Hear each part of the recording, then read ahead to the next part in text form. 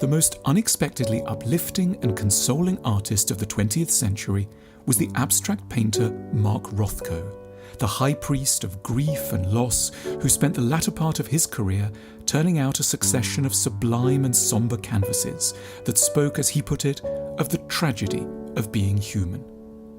Born in Dvinsk, Russia, Rothko emigrated to the United States at the age of 10 and immediately grew to despise the aggressive good cheer and steely optimism of his adopted land. Appalled by the sentimentality around him, Rothko learned to make art that was insular, unrelenting, sombre, and oriented towards pain.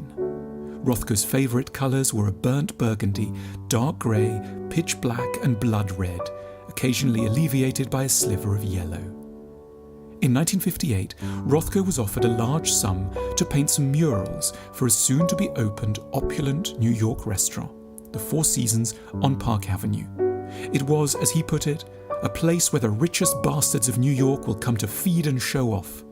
His intentions for them became clear. I hope to ruin the appetite of every son of a bitch who ever eats in that room. And to that end, Rothko set to work on some large black and maroon colour fields, expressing a mood of terror and archaic anguish.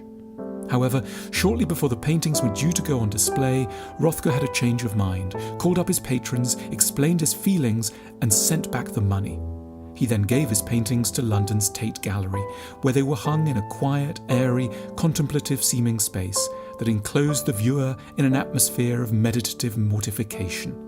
The paintings remain ideal companions for visitors who drift into the gallery at their wits' end, who might be working through the loss of a partner or the ruin of their career, and who need, more than anything else, to know that they are not alone.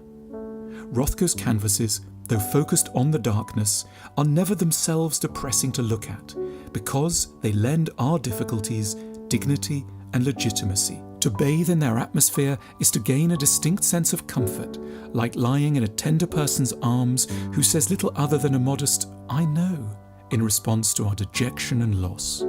With Rothko as our guide, our pain and sorrow can matter a little less. We can start to rediscover a taste for life when we see that we're not alone in finding it all very hard. That it is acceptable, even necessary sometimes, to hate the smiling bastards who so annoyed Rothko. We can build friendships, imaginative or real, around shared honesty about dark things. Unhappiness is just, as wise artists have always liked to remind us, and despite the suggestions of all those confident-seeming people congratulating themselves in the world's fancy restaurants, very normal indeed.